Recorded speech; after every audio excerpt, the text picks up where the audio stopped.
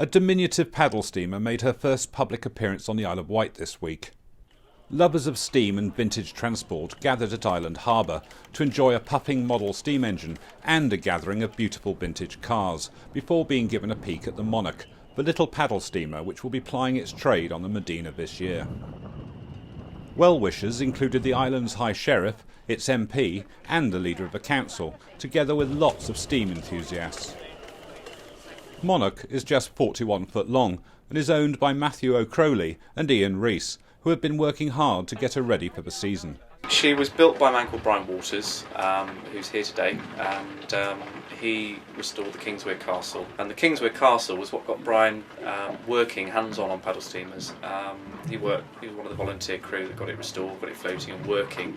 And he thought, well, I quite like one of those myself. So he went ahead, built one. It's taken 25 years to do. She's been running commercially for the last 6 years, very successfully. But the combination of the deterioration of the boat, bad summer last year, and the location she was in Kent, it all transpired to really give the boat a bit of a death knell, really. Yeah, she was stored under willow trees, which helped the rot along a bit. So the decks and everything went with all the bugs that had fallen out of the trees, and due to the wet, it just never dried out. And spiders. Yeah, hundreds of spiders the size of dinner plates on this boat. They've all been removed. No, he basically built the boat from scratch. The whole design of everything is unique. We've got a 100-year-old engine powering a 25-year-old boat.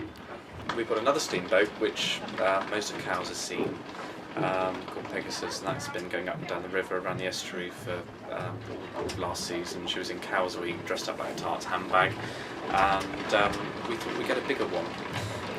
This is the only one of its type in the world. It's the smallest paddle steamer in the world that's commercially operated, and it was at a price we could afford.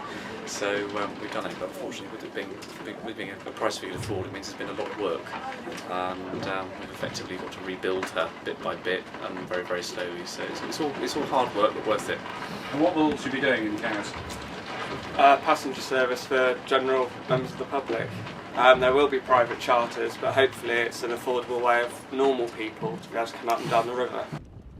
Monarch will start taking passengers from the 1st of April, and she's all set to become a popular attraction on the Medina this year.